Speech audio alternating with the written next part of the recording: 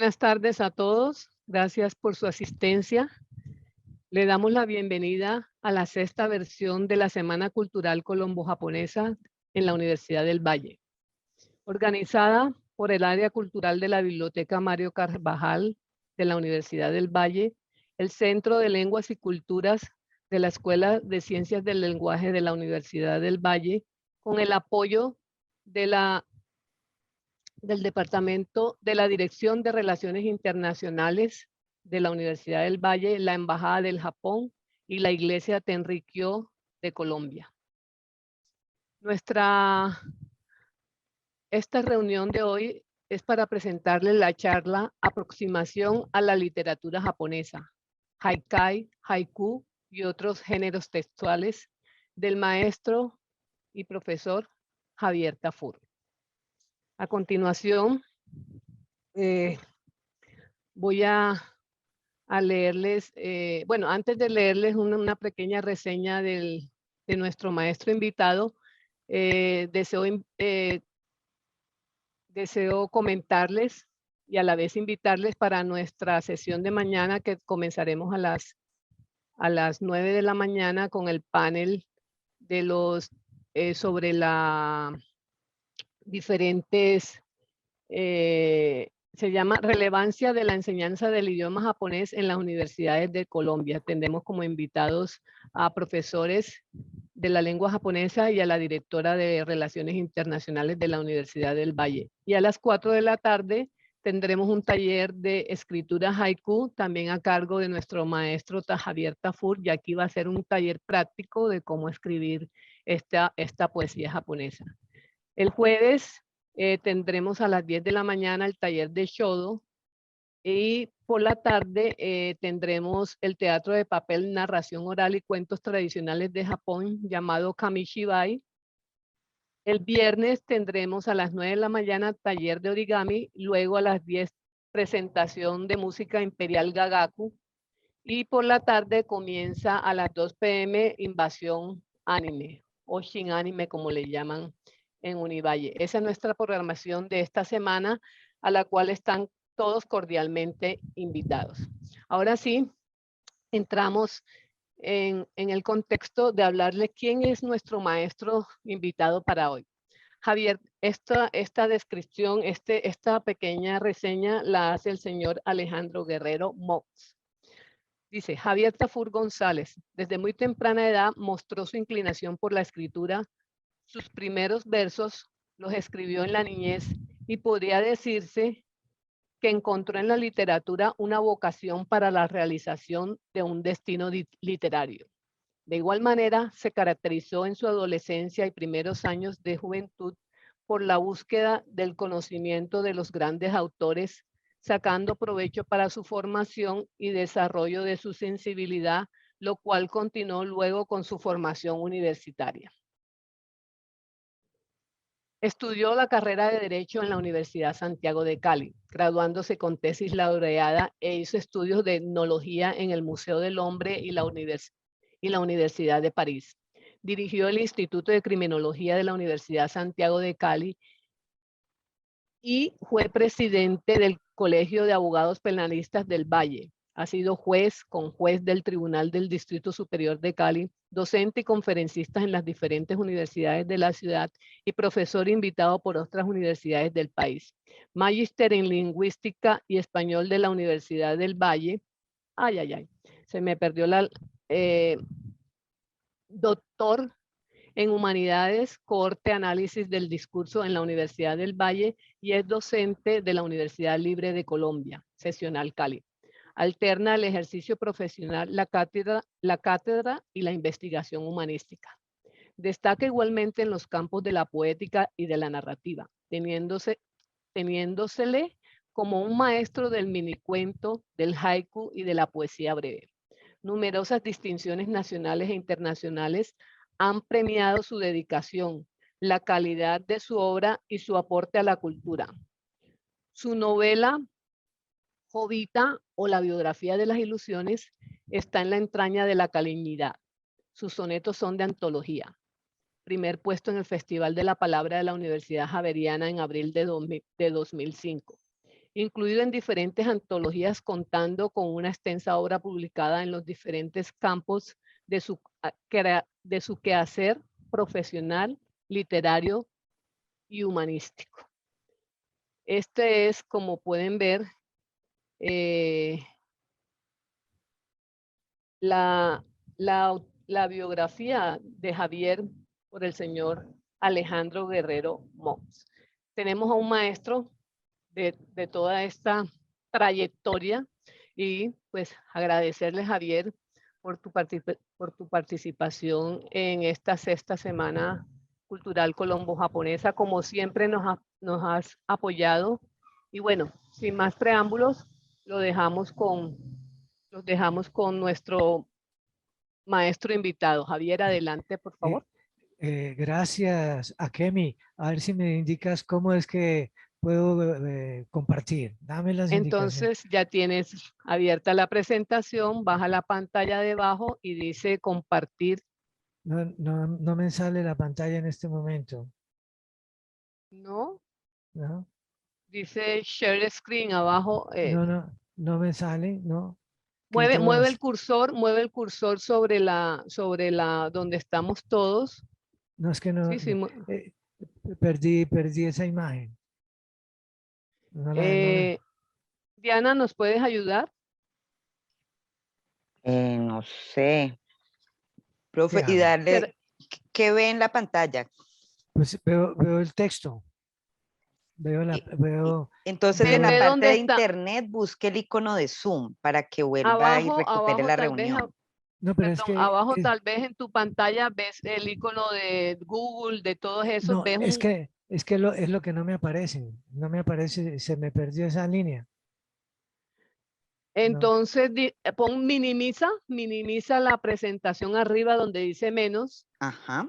Es que no me aparece ninguna barra. Doble clic sobre la pantalla, doble clic para que ya le aparezcan las funciones. No me sale.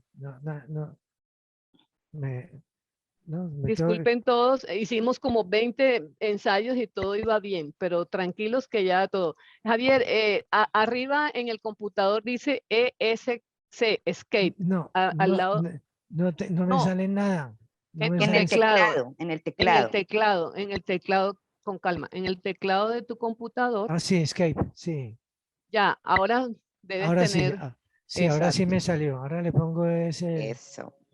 Eso, gracias. La salvación era el Escape, ¿no? Ajá.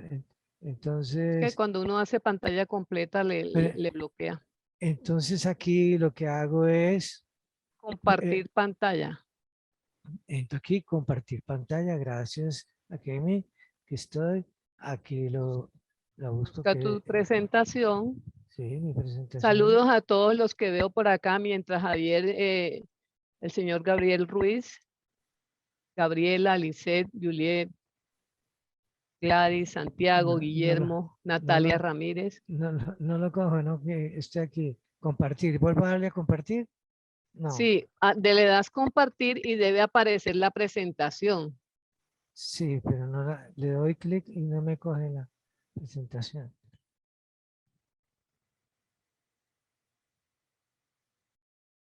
No, te veo a ti. ¿Nada?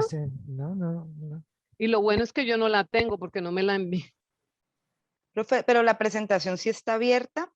Debes tener abierta la presentación. Tiene que aparecer cuando se le dé compartir pantalla en alguno de los cuadritos.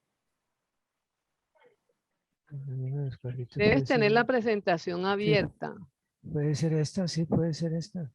Voy a ver si. ¿Ya ven o no ven? No, eso tarda un poquito. ¿Ya le diste compartir? Ya le di compartir y aquí estoy. Pero cuando le das compartir, te sale una pantalla con todo lo que tienes abierto en el computador y ahí tienes que darle a la presentación. Por eso es que la presentación debe estar abierta. Ahí está, le estoy dando. Vea. Ahí se ya pasó. Ya está compartiendo, ya. Ah, bueno. Entonces acá te vas a la primera, subes en la presentación, ya te ubicas en la presentación tuya, ahí ves subiendo eso para que llegues a la primera. Eso, aquí estamos. Sigue subiendo, eso. Marca esa. Sí, ya la marqué. Entonces ahora le está ahora la copita abajo. La copita, esa, la que te enseñamos. Esa. Ah, Y ahí puedes ir. Pasa. Bueno, entonces un saludo para Diana. Muchas gracias, Diana. Muchas gracias a Kemi. Un saludo para Gabriel, para Gabriela, también para Juliet y para todos los demás asistentes y que se han pues hecho presentes para esta interesante motivación que compartimos. Gracias a Kemi por tus palabras. Una gracias para tanto a la Alianza Colombo-Japonesa como al Tenrikyu, como a Ruby de la biblioteca y a Diana pues que nos está dando todo este apoyo encargada del área cultural de la Biblioteca Mario Carvajal de la Universidad del Valle. Bueno, nos encontramos aquí reunidos a hablar de literatura japonesa y tenemos una aproximación a la literatura japonesa, el Norito, el Nagauta, la Anka, el Iruauta, la Tanka, el Haikai, el Renga Haikai, el Oku y el Haiku. Estos géneros textuales ayudan a rastrear la historia de la literatura, la historia de la cultura japonesa, desde la época arcaica hasta la actualidad. Es muy interesante y vamos a ver cómo se mantiene una característica que es increíblemente persistente. Pero quiero comenzar por una cita de Donald King sobre Tsuruyuki, que me parece bellísima.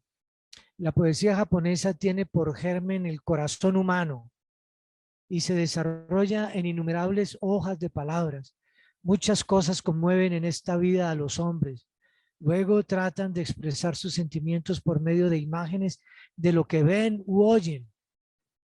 ¿Quién es el hombre que no hace poesía al oír el canto del ruiseñor entre las flores o el de la rana que vive en el agua? Poesía es aquello que, sin esfuerzo, mueve cielo y tierra y suscita la piedad de los demonios y dioses invisibles. Es aquello que endulza los vínculos entre hombres y mujeres y aquello que puede confortar el corazón de los feroces guerreros.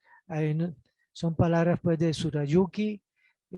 Veamos la que sigue, que aparece en un texto de estos de Life, de Jonathan Norton Leonard, que dice: ningún otro pueblo ha prestado una atención más minuciosa a la conducta cortés, ni una dimensión más afectuosa a las flores, a la poesía y al arte. Bueno, aquí tenemos unas ilustraciones sacadas de estas publicaciones de la revista Life. Son unas tancas con motivos y oficios de estas épocas. Hoy vamos nuevamente a tener el gusto de aproximarnos a la literatura japonesa y disfrutar de su hermosa poesía. Bien sabemos que brotó y creció bajo la influencia de la cultura china, pero como esta, la poesía japonesa se desarrolló aislada del resto del mundo. Así lo señala Giacomo Brampolini en su Historia de la Literatura Universal 1940, en el volumen primero dedicado a la literatura china, japonesa, india y árabe. Y sus comienzos corresponden a los siglos que son ya de nuestra era, cuando la China había recibido las enseñanzas de Lao Tse, Confucio y Mencio, y conservaba el eco de los cantos de Li Taipo y de Tu Fu. En realidad, esta intervención en el marco de la Semana Colombo-Japonesa se concreta a compartir la lectura de este libro, uno de los primeros en introducir la poesía japonesa para hablantes del castellano en España y América, publicado en 1940 por la Unión Tipográfica Editorial Hispanoamericana, UTA, en Argentina por Giacomo Prampolini, bajo la dirección de José Pilloan y traducido por Dante Ponzanelli.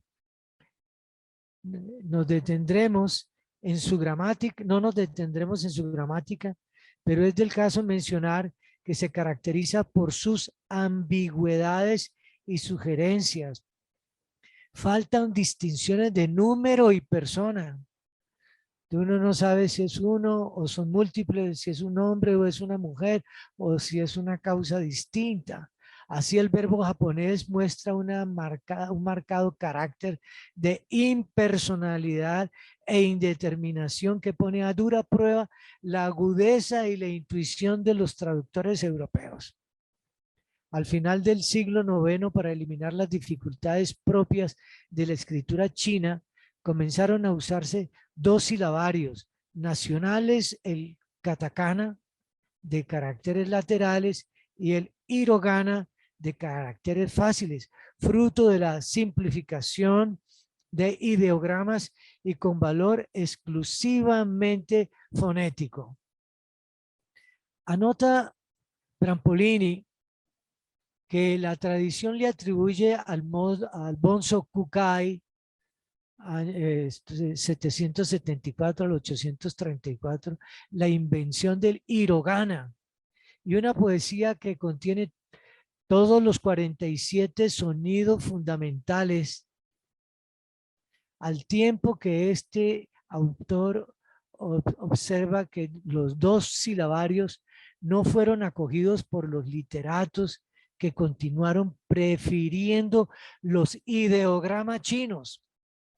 El hiragana pareció reservado a la correspondencia entre las damas y para usos no literarios, pero de ellos derivó la escritura sino-japonesa, la cual, además de mezclar ideogramas chinos y signos silábicos, fue utilizada atribuyéndole a los caracteres chinos valores ideográficos y a veces fonéticos, lo que no ayudaba a la claridad del texto, dificultad que aumentaba con los cambios de significado que en el tiempo fueron adquiriendo algunos caracteres. Ya para el año de 1885 se fundó una sociedad de europeos y japoneses, el Romaji, que realizó la primera transcripción adoptando como principio para reproducir los sonidos japoneses, las vocales del castellano y del italiano y las consonantes del inglés. Tuvo éxito, aunque no faltaron las críticas. Por ejemplo, todos sabemos, me perdono una pequeña digresión, que la A significaba a un buey y la A en las primeras manifestaciones de la escritura tenía un valor ideográfico, pero luego pasó a ser tener un valor meramente fonético, el de la A. Bueno, eso mismo estaba sucediendo acá con los ideogramas chinos y que fueron después sustituidos por el hiragana y el katakana. Este autor llama la atención sobre el hecho histórico que en 1542 algunos portugueses llegaron a bordo de un junco o barca china que en 1549 San Francisco Javier inició su obra de misionero, teniendo éxito en las conversaciones y en medio de la general simpatía. Pero debido a algunas intolerancias de los catequizadores hacia el budismo, se promovió un cambio brusco y los cristianos fueron perseguidos y ya no se quiso volver a oír hablar de europeos. El único y débil hilo de unión con el mundo occidental fue el establecimiento holandés en la isla de Decima. Ya en nuestro tiempo viene el cambio radical de la cultura japonesa. Después de la Segunda Guerra Mundial, con su extraordinaria modernización y posicionamiento en el concierto de las naciones, Según los especialistas, a pesar de las innegables influencias que recibe continuamente de China, la lírica japonesa es profundamente autóctona y original, tanto por su sensibilidad como por los motivos que la inspiran.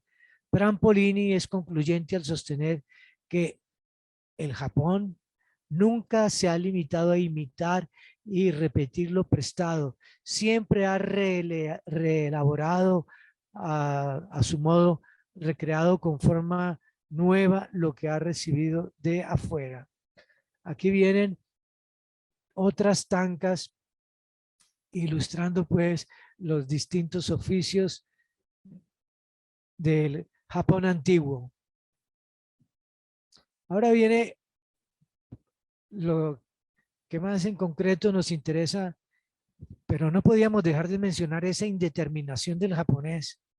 No podríamos tampoco mencionar esa dificultad que tuvo inicialmente entre el ideograma, el katakana, el hiragana y finalmente al romaji, que es la forma pues utilizando el lenguaje occidental, el alfabeto occidental, la escritura occidental con las vocales del castellano y del italiano, y como decíamos también con las vocales del inglés. Ahora vamos a hablar del primer periodo, el periodo arcaico y el siglo de Nara. El periodo arcaico, o sea, el 784 de nuestra era, la historiografía japonesa relaciona los noritos. Este es el primero que vamos a identificar, los noritos. ¿Qué son los noritos? Son algunos cantos atribuidos al emperador Jimmu Tenno y a sus guerreros, plegarias con valor de fórmula mágica, shintoístas, recitadas en ocasiones solemnes para las siembras, para los dioses del viento, de la purificación, contra el incendio, para los dioses de los caminos, contra las epidemias, para cuidar las moradas del soberano contra los influjos malignos y para cosas por el estilo. Entonces, cuando nosotros vamos a identificar los noritos, es porque son estas plegarias y estas fórmulas mágicas. Esto es un género textual que es muy diferente de todos los otros que vamos a ver. Llegados pues al umbral del período Nara, aparece el Kojiki, o libro de las cosas antiguas, el primer libro en japonés, en el 712. La poesía de este periodo está toda contenida en el Maniochu, que se traduce como colección de una miríada de hojas, gran antología con 4.400 poemas líricos distribuidos en 20 libros y como expresión de un pueblo apenas salido de un estadio de civilización primitiva. Maravilla por la delicadeza de los sentimientos, el estilo refinado y la perfección técnica. Aquí vamos a encontrar nosotros una primera sorpresa formidable, el Maniochu. Respecto de la técnica de la poesía japonesa, observa que la única diferencia con la prosa es la alternación de frases de 5 y 7 sílabas, cada una formando versos. Y agrega, ya el Maniochu refleja las tendencias y preferencias que posteriormente triunfaron frente a casi a 260 poesías largas o Nagauta, que por lo demás no exceden de 2 páginas, se enfrentan más de 4 millares de poesías breves, tancas, y la tanca se compone de 5 versos formados respectivamente de 5, 7, 5, 7, 7 sílabas, y por tanto consta de 31 sílabas. Por varios siglos dominó en absoluto la poesía japonesa, en espera del más breve, el haikai, en 3 versos de 17 sílabas, que suman 17 sílabas. Resumiendo, la tanka se compone de 5 versos, entonces el primero tiene 5, 7, 5, y al final hay dos versos, 2 líneas versales, cada una de 7 y 7 sílabas. Y es increíble que esto haya dominado toda la historia de la poesía japonesa. Esa permanencia, esa alternancia, ese gusto, esa preferencia que incluso a veces se encuentra hasta en la prosa. Entonces aquí tenemos, dominó en absoluto la poesía japonesa en espera del más breve, el haikai, en 3 versos y 17 sílabas. Esto nos dice en 1940 Prampolini. Yo conocí el haiku en 1980 y no encontraba texto alguno, solo Arcadio Plaza Salcid me ayudó a conseguir un texto de Basho y sus discípulos, pero tenemos que esperar a llegar a Basho para ver qué significa eso. La información que suministra este investigador permite una posibilidad muy importante de penetrar en la emoción poética del pueblo japonés, pero también de su recursividad, al mostrarnos cómo el Haijin es el poeta que escribe haiku, haikai, cómo el poeta, el Haijin, puede ampliar sus posibilidades para sacar el mayor provecho en un uso sumamente delicado que pone a prueba el talento del poeta. Uno de estos recursos es la palabra almohada, especie de epíteto inicial, conjunción evocadora sobre el que descansa el resto de la poesía, que a veces forma por sí mismo el primer verso. Otro más arduo es la palabra con 2 fines, que niogen, discretamente bautizada también como palabra pernio. Entonces, Prampolini aclara que se trata de una palabra usada simultáneamente en 2 sentidos, uno de los cuales se refiere a lo que precede y otro a lo que consigue, y de esta manera a lo que sigue, y de esta manera funciona en su interior. Allí hay una clave, pues, de cómo escribir esta poesía, pero eso era lo que sucedía por esa época, en esos años anteriores que estamos hablando. Pero vamos a ver cómo permanece. Vamos a ver que también una de esas palabras es el kigo, que es cuando se refieren a la naturaleza, a las estaciones, y de allí vamos a ver que eso es a lo que se puede estar refiriendo aquí, en el sentido de que al mencionar, por ejemplo, la primavera, el verso siguiente tiene que o empatar con algo que vaya a pasar al verano. Hay unas exigencias propias de esta poesía, pero ya la veremos más adelante.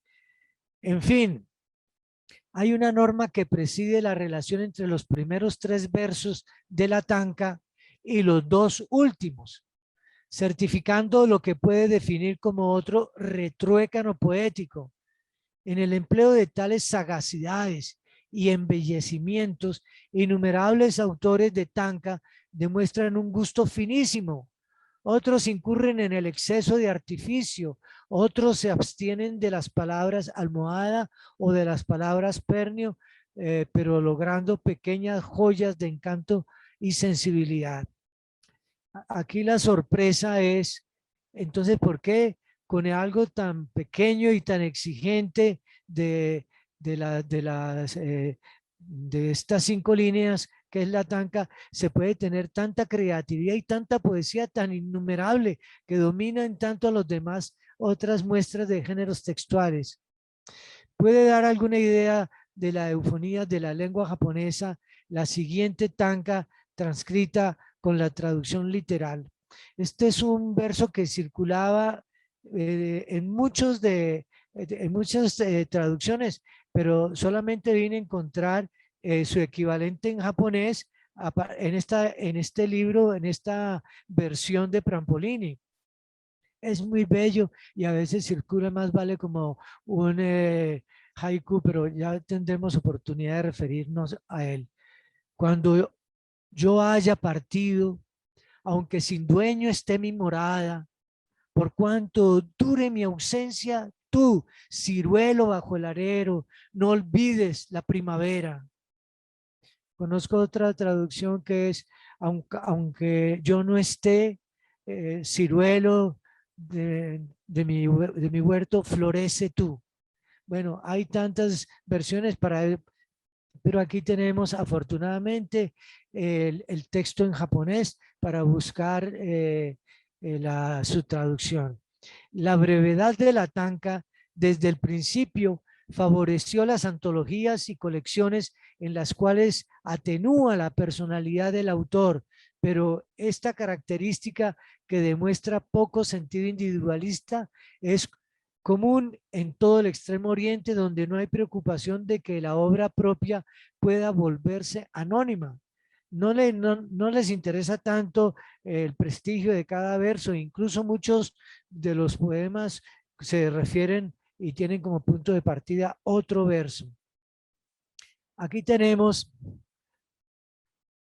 algo muy interesante respecto a los poemas de este periodo acogidos por el Maniochu, escritos como la prosa del Kojiki en caracteres chinos, con valor ideográfico a veces y otras con valor fonético, destacan Itomaro, Akaito, Tabitito y Yakamochi, y de manera especial por un Nagauta de Inanoe no Okura, titulado Pobreza, de acento budista y punzante realismo, en el que un mendigo habla en primera persona.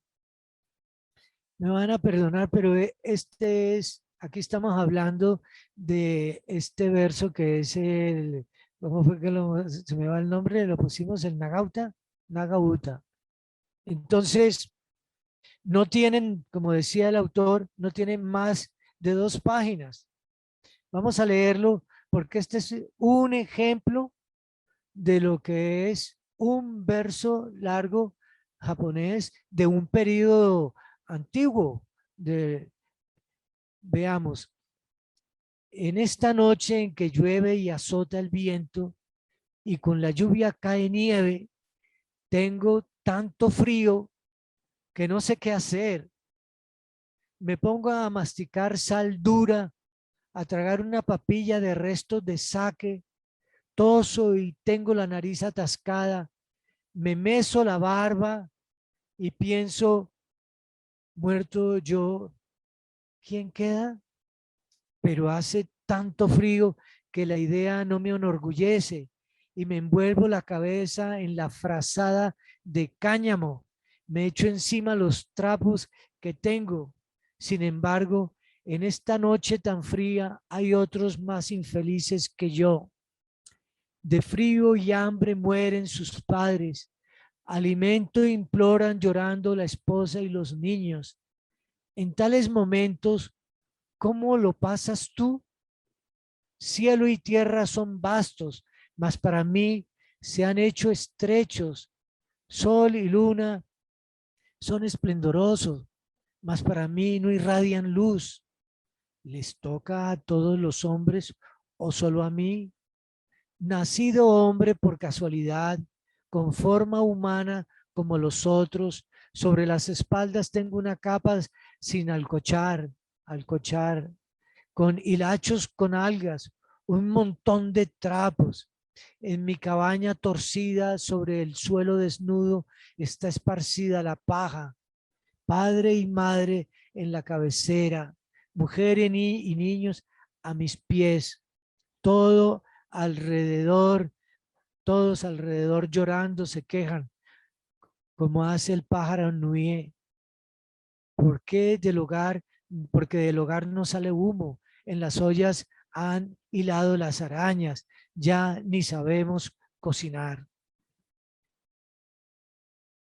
Pero miren ustedes, A ver, la parte final, sí. Para colmar la medida y como dice el proverbio, para cortar una cosa ya demasiado larga con su látigo, he aquí al jefe de la aldea cuya voz despierta a quien duerme. Viene y grita y se impone. Así, sin salida, es el camino del mundo. Este es el final del Naga Uta. Mire, sigue a esta Naga Uta la Naka, la Anka. Quiero llamar la atención sobre lo que es el título de nuestra conferencia, que dice los géneros textuales. El norito, acordémonos del norito, que es el que tiene las plegarias del emperador y invocando a los dioses para que haya protección. Estamos viendo el Naga Uta, que es exactamente el que acabamos de leer. Pero mire lo que viene ahora. Se llama el Anka. Anka, que significa envío, que tiene la forma métrica de la tanka y la tarea de resumir las ideas del poema principal. Entonces, a este poema que acabamos de leer viene un Anka, viene una tanka que quiere resumir lo anterior. Miren ustedes, esta es la tanka. Aunque estimamos malo este mundo y lleno de sinsabor, no puedes dejarlo. Ay de mí, estando privado de alas. Entonces, miren digamos, el apego, el fervor, digamos, el poder que tiene esta alternancia de de las 5 líneas versales que integran una tanca. Entonces viene aquí la explicación. Supremamente interesante la anca, perdón, cuya función es resumir el Nagauta, resaltando las ideas del poema principal y que recuerda las moralejas de la fábula y la coda o la glosa o comentario de algún escrito. Entonces aquí tenemos ya el norito, el Nagauta y la anca. Entonces aquí pasamos otra vez, tenemos ilustraciones referidas a las tancas y seguimos. Pasamos a una segunda época.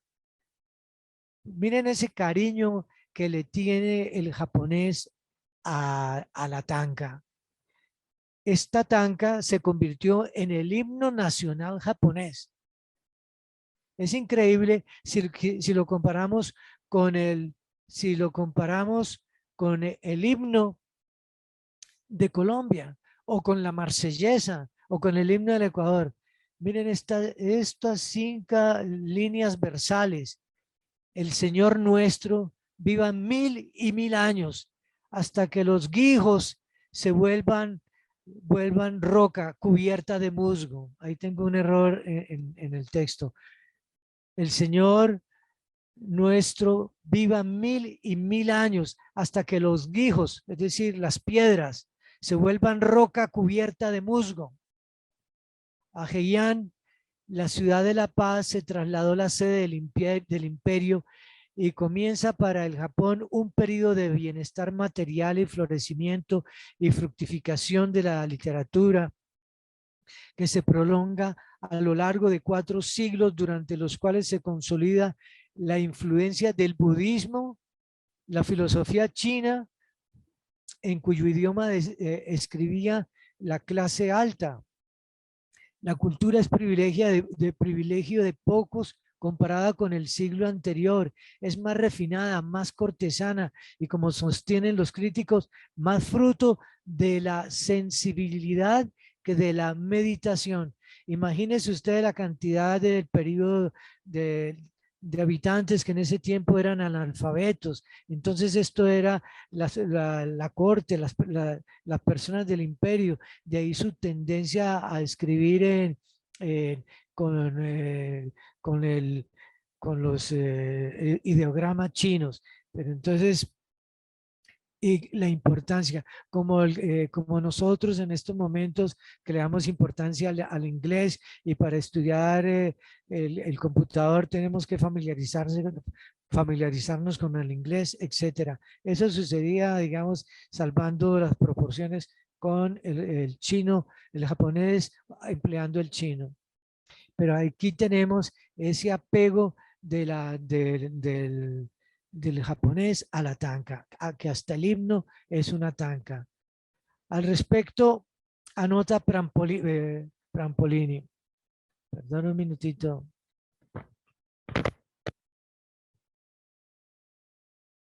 En este periodo, ya pasamos al segundo periodo, las mejores obras fueron escritas por mujeres, damas de la corte o señoras de la nobleza, que anotan impresiones sutiles, cuentan episodios de la vida cotidiana, se abandona a vagas fantasmagorías, ofreciéndonos páginas deliciosamente vivaces y frescas.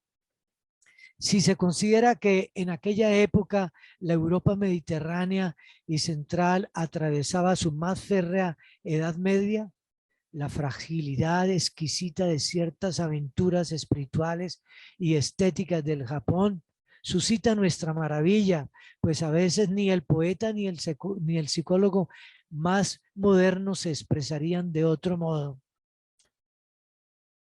En 905, el Mikado nombró una comisión de funcionarios que trabajaban en el especial, póngale cuidado, Ministerio de la Poesía Japonesa. Mire toda la importancia que tenía, Ministerio de la Poesía Japonesa, presidida por el poeta Tsurayuki,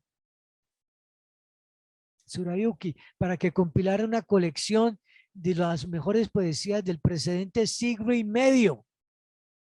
La antología que aquella comisión redactó con criterio muy severo quedó lista en el 922 y recibió el nombre de Kokinchu, colección de poesías antiguas y modernas. Como el Maniochu, fue dividida en 20 libros, aunque solo contenía 1100 poesías líricas. Tsurayuki le puso un importante prefacio. Este autor precisa las tankas del Kokinchu más refinadas y a veces más artificiosas que las del Maniochu sirvieron de modelo para toda la poesía japonesa siguiente, y esta antología es aún hoy la más estudiada. Si bien la personalidad no es el rango más marcado de los autores de la tanka, entre muchos nombres resaltan los de Rokasen, los 6 genios de la época y de los 4 compiladores de la colección. En esta tanka alegórica, Ono no Komachi habla de la caducidad de la belleza. Aquí tenemos varios ejemplos de tanka. Veamos esta. Apagó la lluvia el color de la flor, mientras yo miraba vanamente pasar esta mujer en el mundo. Veamos esta de Tomonomori. Frente a los cerezos en flor se pregunta, en primavera, mientras tan alegre brilla el cielo eterno, con inquieto corazón, ¿por qué caen las flores?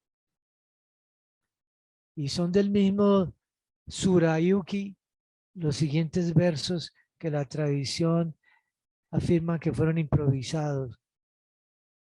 Aunque al fin la esencia ignores del corazón, no te espantes. Allá en mi pueblo las flores sé que tendrán sus colores y perfumes como antes. Al Kokinchu siguieron otras 7 colecciones, las cuales demuestran la vitalidad del género, que por razones de espacio nos abstenemos de incluirlas en esta conferencia, a las que además hay que agregar numerosas tankas esparcidas entre la prosa elaboradas por distinguidos autores, lo cual permitiría pasar de la prosa pero pasar a la prosa, pero seguimos en la búsqueda de los géneros de la poesía. El prefacio de Tsuroyuki ha merecido la admiración de todas las generaciones, lo que nos motiva a transcribir una parte del cual ya habíamos tomado nuestro primer epígrafe. Poesía es aquello que sin esfuerzo mueve cielo y tierra y suscita la piedad de los demonios y dioses invisibles. Es aquello que endulza los vínculos entre hombres y mujeres y aquello que puede confortar el corazón de los feroces guerreros. Tsurayuki, tras clasificar las canciones por su intención y contenido, continúa resaltando la influencia, la trascendencia y la importancia, dando expresión a la vida cotidiana de la sensibilidad poética, y no obstante su amabilidad, no deja de hacer comparaciones críticas que nos ayudan a comprender los valores estéticos del período Heian. Mire la crítica que hace. En nuestro tiempo, como los corazones de los hombres se han consagrado al amor, se admiran los ornamentos de la belleza y se producen composiciones frívolas en las casas de aquellos que se han dedicado a la vida galante. La poesía es como un árbol enterrado, desconocido a los hombres, mientras la gente seria no prospera como merecería. Si meditamos en sus orígenes, no debería ser así. Antiguamente el mikado convocaba a cortesanos una florida mañana de primavera o una noche de luna otoñal y les invitaba a que compusieran versos apropiados al momento. Entonces, el uno se imaginaba buscar flores en remotos lugares, el otro vagaba solitario en la oscuridad buscando la luna. El mikado examinaba las poesías y dictaminaba si eran ingeniosas o mediocres, o bien ellas le auguraban prosperidad utilizando la imagen de los hijos, es decir, las piedras, o del monte Tsukuba, que tiene 2 picos. Cierro comillas. Prampolini anota a pie de página que hace referencia a la tanka que ha servido de texto al himno nacional japonés y que aparece copiado al inicio de nuestro capítulo, sobre los cuales pues yo llamé la atención. Los interesados pueden acercarse a este texto al ir, quiero decir que, digamos, esta conferencia queda a disposición de los asistentes y tanto por parte digamos, de Akemi y de Diana, como también le damos copia a Gabriel Ruiz para NTC, para que también pueda ser compartida con su amabilidad y su gran facilidad para difundir estas actividades. Entonces, los interesados pueden acercarse a este texto, ir al que está en esta oportunidad tomo de referencia principal como eje de la exposición, para ver cómo Tsurayuki pasa revista a los distintos autores escogidos, precisando sus méritos y defectos. Igualmente, Tsurayuki inaugura el género de los Nikki. Aquí tenemos otro género, Nikki, o diarios privados, entre los cuales brotan las infaltables tankas. O sea, escribiendo un diario, ahí vienen las tankas. Lo mismo que en prosa narrativa o en el monogatari, en la que relaciona importantísimas obras hasta llegar al monumento mayor de la literatura japonesa, el Genji Monogatari de Murasaki Shikibu, que también que es un seudónimo porque invitada por la emperatriz por el año 1000, brillaba entre el grupo de damas del Palacio Imperial. Veamos pues de esta colección otro de estas tankas. O sea que están en un diario y tienen tanka, en el himno nacional y la tanka, en el Renga Haikai y las tankas. Entonces, ¿qué? ¿Dónde va a aparecer el haiku? ¿Cómo va a ser esto? Vamos camino de eso. Aquí tenemos esta tanka. Fuera del mundo, por una senda oscura, irme ahora. Vela sobre mí desde lejos, luna de las montañas. También destaca la prosa en Apuntes de la Almada de Seisho Nagón, a quien se le admira por su sensibilidad e ingenio en las llamadas enumeraciones, otro género donde le da por describir las cosas que emocionan, que nos emociona oír. Y le dedica un capítulo y está también en el texto principal. Veamos entonces, pasemos al tercer periodo, al periodo de Kamakura, Namabuko y Muramasi. Este periodo, perdón un minutito, me ubico yo aquí.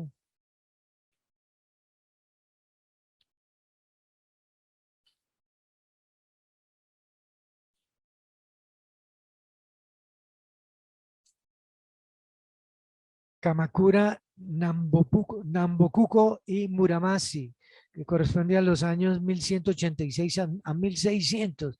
Fíjense, ya vamos por 3 periodos y vamos camino del haiku.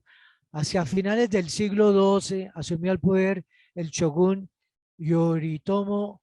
La clase militar suplantó al gobierno central y a las distintas noblezas locales, y los mikados continuaron en el trono, pero solo nominalmente. La sede estuvo en Kamakura hasta el año 1332 y el Japón fue gobernado por generales.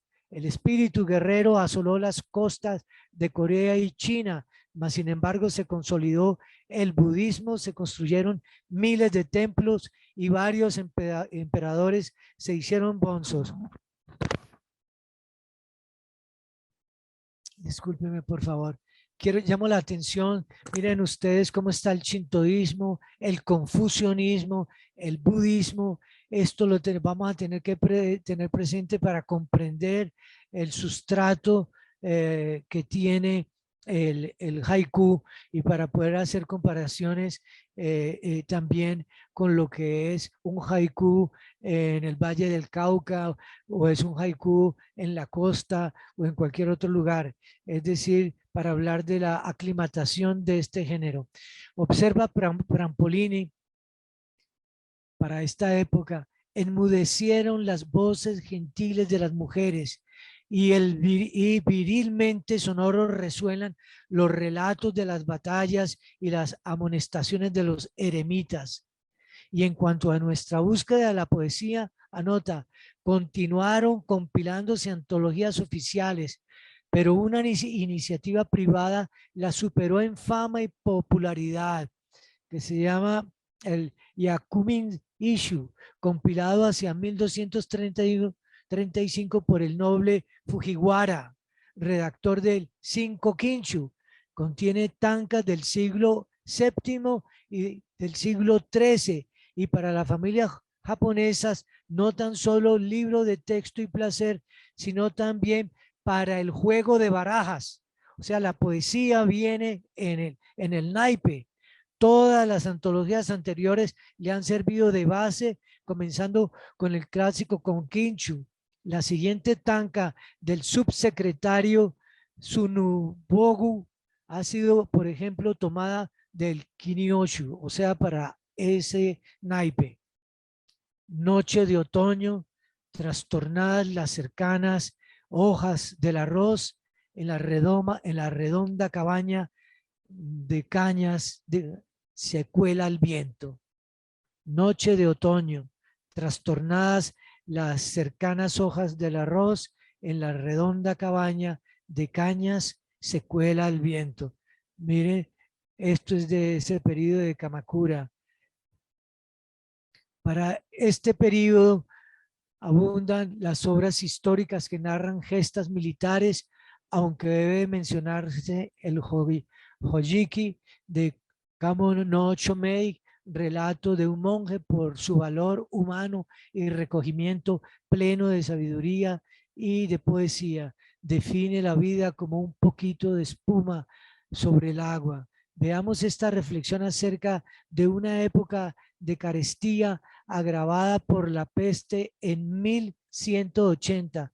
Es que la quise poner para comparar nuestra pandemia con lo que sucedía en 1180 allá en Kamakura. Entonces dice este monje, entonces todos parecían persuadidos de lo incierto que es la vida. Esperé a que se volvieran más piadosos, pero transcurrieron los días y los meses y ahora, a la distancia de algunos años, se han olvidado del desastre. Eso es lo que está ocurriendo ahora con nosotros. Esto es esa experiencia de la humanidad en sus distintas épocas, como repitiendo errores y olvidándonos del ayer.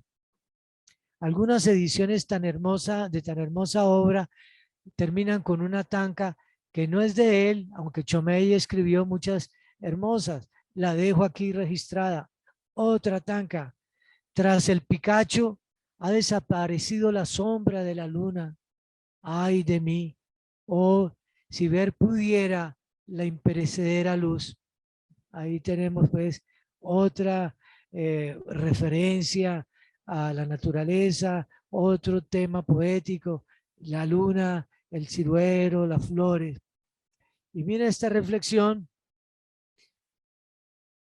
El poderío de la clase militar se debilitó y se abrieron dos sedes para dos mikados, una creación de los shogun en Kioto y otro en Yamato.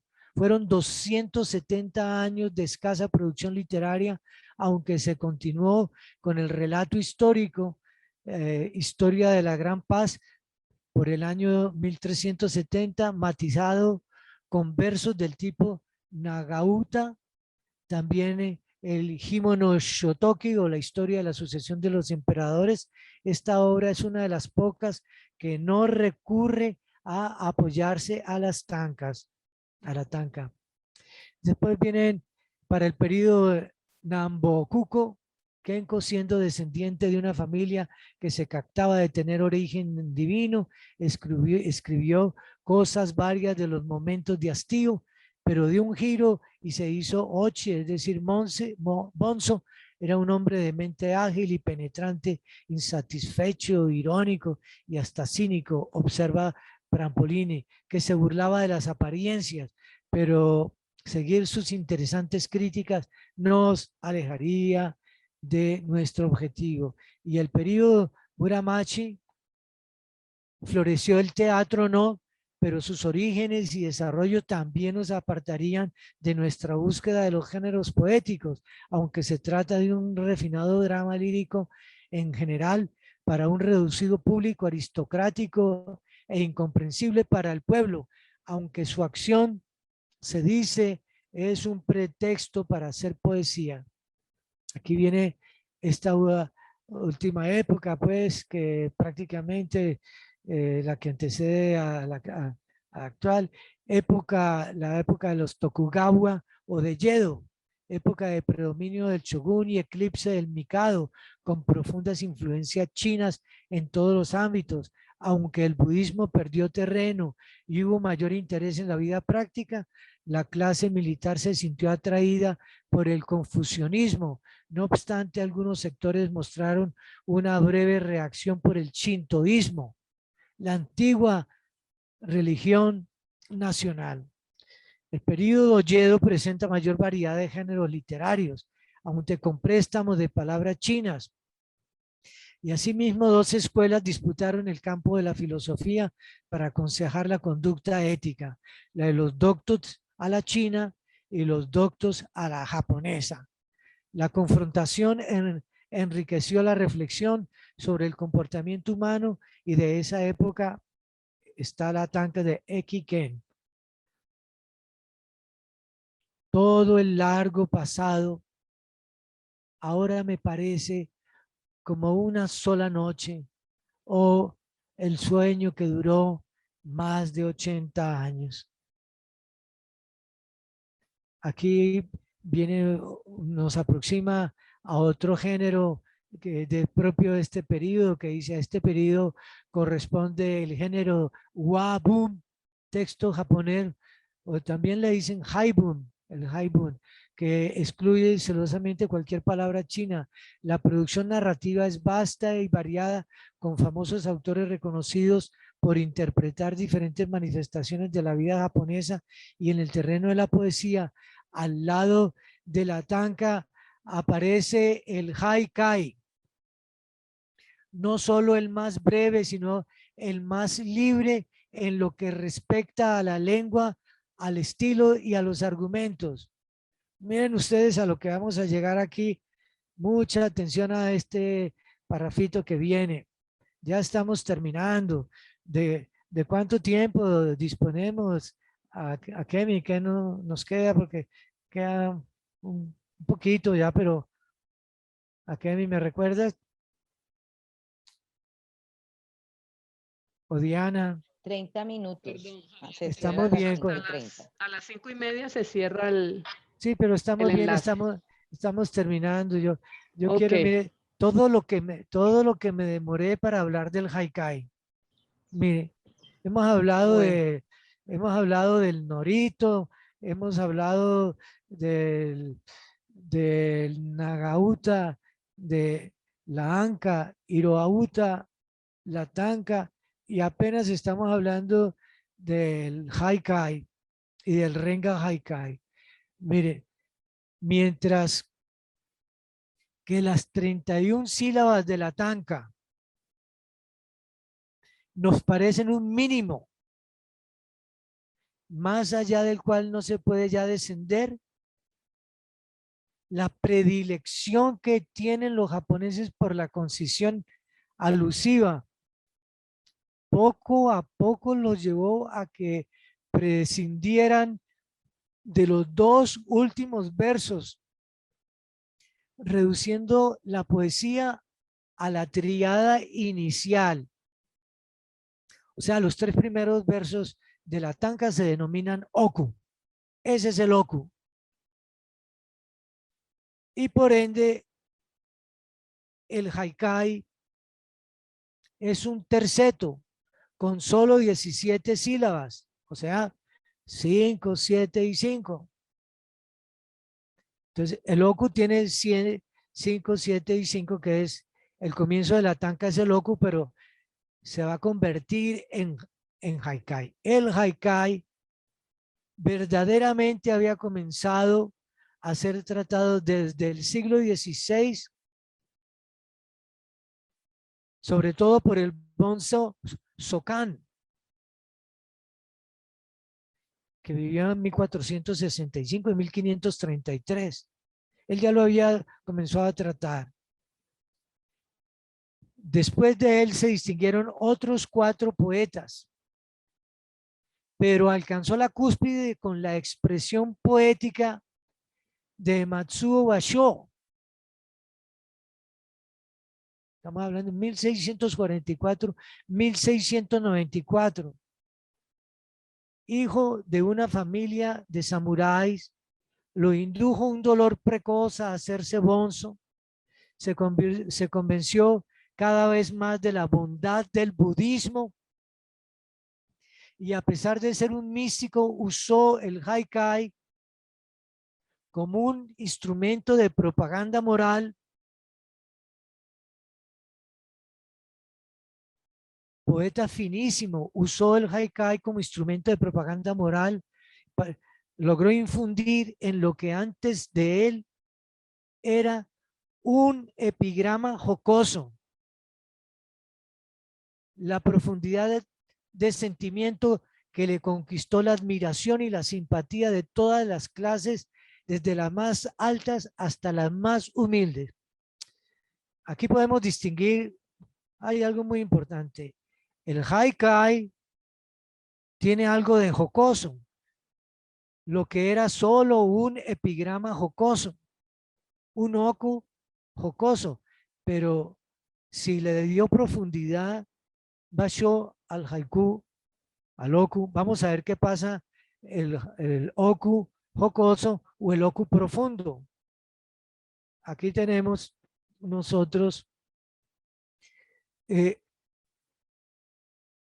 estamos terminando, creo que me queda una hoja, pero aquí, ¿quiénes hacían el haikai anteriores a Basho? Ya habíamos mencionado aquí a Sokan, aquí lo vemos, ahí está Sokan. Si se aplicase un mango a la luna, qué hermoso abanico. El mango, un palo, nosotros podríamos decir, si se aplicase un palo a la luna, qué hermoso abanico. Ese es de Sokan, un haikai clásico. Ahora viene este otro, una flor caída que retorna a la rama, una mariposa. Ese es de Moritake. Y aquí este otro, semilla para todos de luengo sueño diurno, luna de otoño. Teitoku. Los signos de Holanda se extienden como en el cielo gansos silvestres. Hay uno que no lo quiero, en este momento eh, no lo quiero dejar pasar, que dice que el gatito pasa por el charco y sacude la mano, despedida de gato. Entonces vemos el elemento jocoso, pero miremos la forma como interviene estas tres líneas. Basho, el viejo estanque, el salto de una rana da sonido al agua. Humberto Senegal tiene más de 100 traducciones de este haiku. La primera nieve basta para plegar esas gladiolas. Pájaro amigo, no devores a la abeja, feliz sobre las flores. Una rama seca y encima una corneja, noche de otoño. De la cigarra, el grito no traiciona su muerte rápida. Despierta, Sus, serás la amiga mía, mariposa en sueño. Enfermo en viaje, mis sueños vagan por campos áridos. Conocemos unas traducciones hermosas de Octavio Paz, otras de nuestro amigo Rodrigo Escobar Holguín. Bueno, aquí tenemos que ya estamos entrando al haiku. Hemos pasado pues del haikai al haiku y aquí vienen de otros poetas posteriores o distintos a Basho. Podemos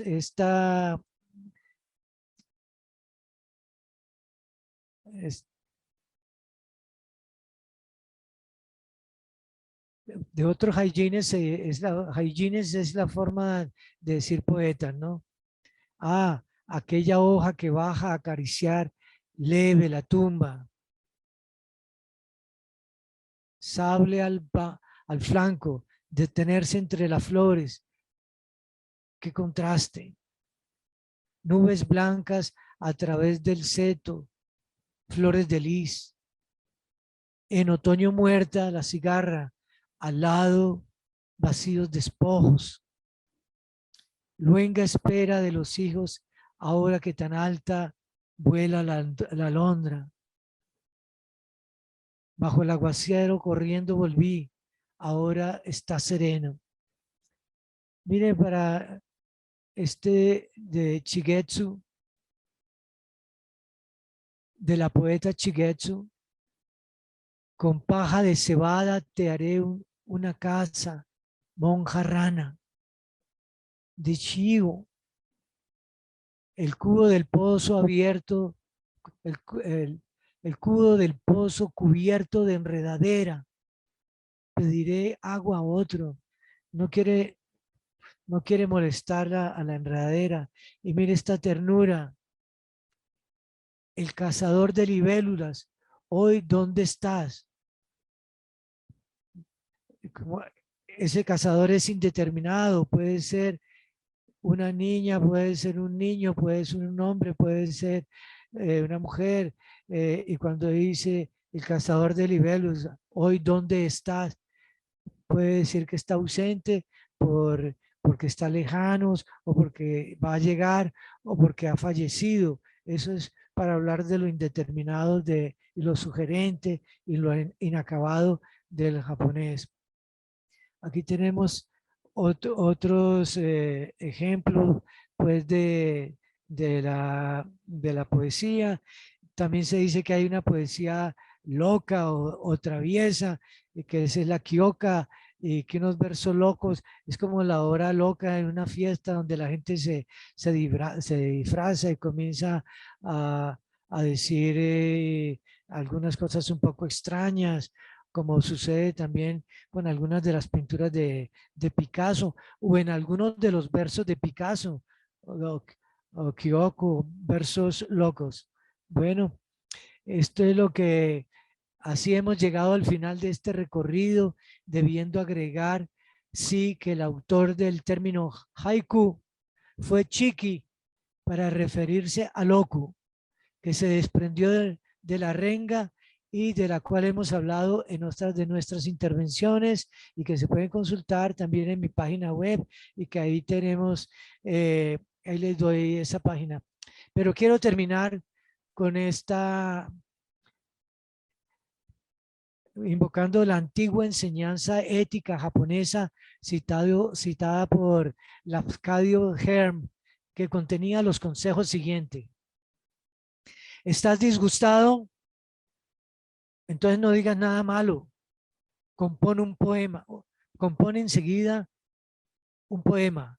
¿Tu persona querida ha muerto? No te abandones a una estéril, a una desesperación estéril. Trata de calmar tu espíritu componiendo un poema. ¿Estás preocupado porque te hallas a punto de morir dejando tantas cosas inacabadas? Entonces, sé valeroso y compone un poema sobre la muerte. Cualquiera que sea la injusticia o la desgracia que te turbe, renuncia cuanto antes a tu resentimiento o a tu pena y escribe como ejercicio moral algunas líneas de versos sobrias y elegantes. Aparece en Rodríguez Izquierdo sobre qué es un haiku. Bueno, eso es lo que quería compartir con ustedes. Me perdonan que haya sido tan pesado, tan largo, pero estoy aquí para ampliarlo, para que entremos en un diálogo con toda confianza y quedo atento a lo que nuestros participantes deseen. Bueno, Javier, muchísimas gracias. Interesantísimo. Aprendizaje, aprendizaje total. Con cada época de la historia, a los estudiantes de japonés, a los que les gusta el idioma, pudieron ver los orígenes cuando existía hiragana, katakana, etcétera. Y bueno, tenemos unos minutos, tenemos prácticamente 10, 12 minutos para comentar o para preguntas, si tienen alguna inquietud. Este es el momento, por favor. A Kemi quisiera agregarle que la conferencia de hoy es porque como vamos a tener el taller mañana, entonces son elementos que van a reaparecer y que van a estar en movimiento y en la dinámica del quehacer del taller de mañana. Sí, Javier, muchas gracias. Los que van a participar mañana pues ya tendrán más bases y recordamos que esta sexta versión de la Semana Cultural Colombo-Japonesa en la Universidad del Valle se ha denominado Cultura, Artes y Academia porque tenemos la efeméride en Japón. Mañana 3 de noviembre es el Bunka no Hi o Día de la Cultura. Entonces quisimos asociarla a esta efeméride japonesa, titulando así nuestra sexta versión de la Semana Cultural. Bueno, no veo ninguna persona que desee escuchar una pregunta o algo, no sé. Daniel González está levantando la mano, no sé si quieras participar. Daniel, adelante. Sí, hola, ¿me escuchan? Sí, Daniel, adelante. Bueno, pues bueno, primero quiero empezar diciendo que yo estudio literatura en la Universidad del Valle y ya vi el curso de japonés con la sensei Akemi y me interesa mucho la literatura japonesa para dirigir mi tesis hacia la literatura japonesa precisamente. Quería preguntar si Daniel, se está cortando, perdón. Tienes problemas con tu micrófono, Daniel. Adelante para ver si te alcanzamos a oír toda la idea completa. Sigue, Daniel. ¿Me escuchan? Ahora sí, adelante.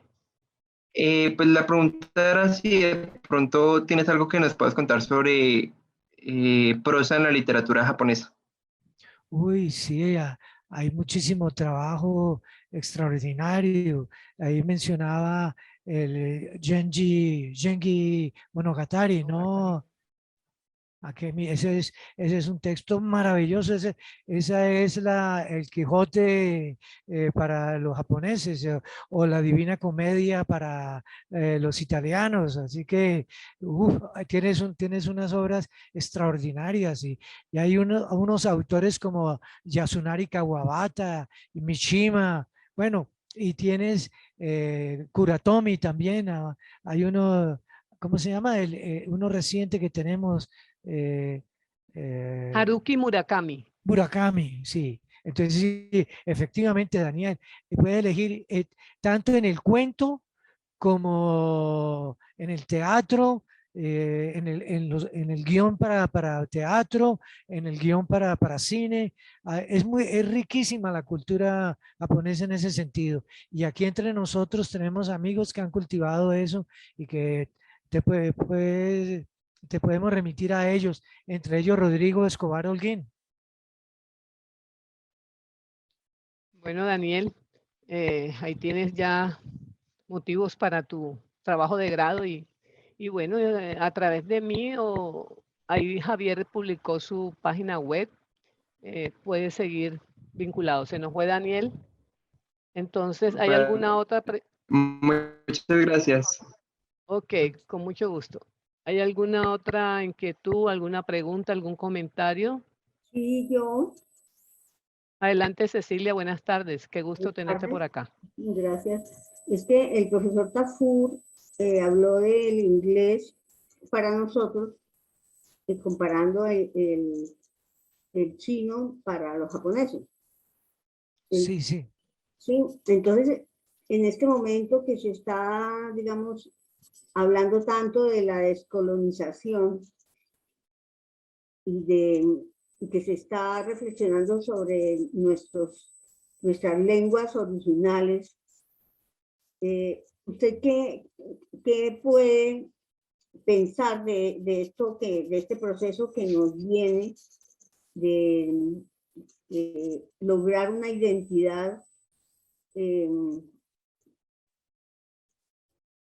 valorando nuestros ancestros?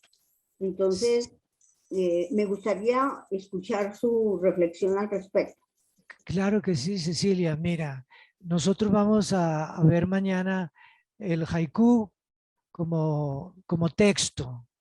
Entonces, el haiku como texto tiene un plano de la expresión y tiene un plano del contenido. Y hoy hemos mencionado los dos, pero pues no de una manera tan expresa. En el plano de la expresión, sabemos que debe de cumplir, hay una preceptiva canónica que son sus 17 sílabas, 5, 7, 5. Bueno, hasta allí. Pero en el plano del contenido, el haiku tiene la parte del shintoísmo, tiene la parte del confucianismo, del taoísmo y del budismo. Ahora, si nosotros vamos a hablar el haiku recuperado entre nosotros. La recepción del haiku entre nosotros, por ejemplo, después de la Constitución del 91, nosotros ya sabemos que tenemos que abrirnos a esta apertura de nuestros contenidos. Así que nosotros, si bien en la Constitución de 1886 se defendía la Iglesia Católica, Apostólica y Romana, después de la Constitución del 91 hay libertad de cultos, pero también en esa libertad de cultos naturalmente están incluidas las lenguas y las distintas culturas originarias. Y en esta conferencia yo me refiero a ellas como Abya Yala o Seala, el nombre indígena que le daban a América, no justamente América, sino Abya Yala, porque es la forma como se reconocen los planteamientos, esa mirada originaria, esa mirada de los pueblos originarios para poder entender la naturaleza, para poder hacer un poema, hay muchos en los distintos, ¿cómo se llama? Cabildos. Hay cabildos en la Universidad Javeriana. En la Universidad Javeriana hay como 5 o 6 cabildos. En la Universidad del Valle hay lo mismo, como 5 o 6 cabildos. La Universidad Autónoma tiene. Y hay una cantidad, hay una vida urbana con cabildos indígenas que entonces hay que, en lo que ellos están expresando, aparece una mirada de la naturaleza, aparece la mirada animista, aparecen palabras de un alto contenido, como por ejemplo las zapachetas, porque al momento en que van por los caminos y se acercan a las lagunas o a las montañas, van rindiéndole culto a la montaña, a la tierra, al sol. Estamos ahora en el Inti Rumi, fue la del sábado pasado. El Inti Rumi es la fiesta del sol y la fiesta de la luna. Entonces, eso debe de aparecer entre nosotros y por lo tanto, tu pregunta me parece supremamente válida y pertinente y reaparecerá mañana en nuestro taller. Muchas gracias, Javier. Vamos a dar por terminada la charla porque no queremos que se nos corte de repente y quedemos todos en el aire. Muchísimas gracias. Cecilia, mañana estás motivada para seguir escuchando sobre esto en nuestro taller de escritura haiku, el cual comenzará a las 4 p.m. Entonces, mañana a las 9, el panel Relevancia de la enseñanza del idioma japonés en las universidades de Colombia, y a las 4 de la tarde, el taller de escritura haiku a cargo del maestro Javier Tafur. Los enlaces ya saben que se van compartiendo por día. Sin embargo, en la programación general también están allí. Javier, muchísimas gracias, gran aprendizaje, gran estudio, y hay muchos que siguen interesados en la literatura japonesa y esperamos contar contigo en nuestra próxima versión. No, con todo gusto. Me encanta formar parte de un equipo con ustedes por este amor a una poesía tan hermosa que ha redimido mi vida. Muchas gracias. A todos, mil gracias por su asistencia. Nos vemos mañana y que pasen un resto de tarde feliz. Sayonara. Sayonara, sayonara.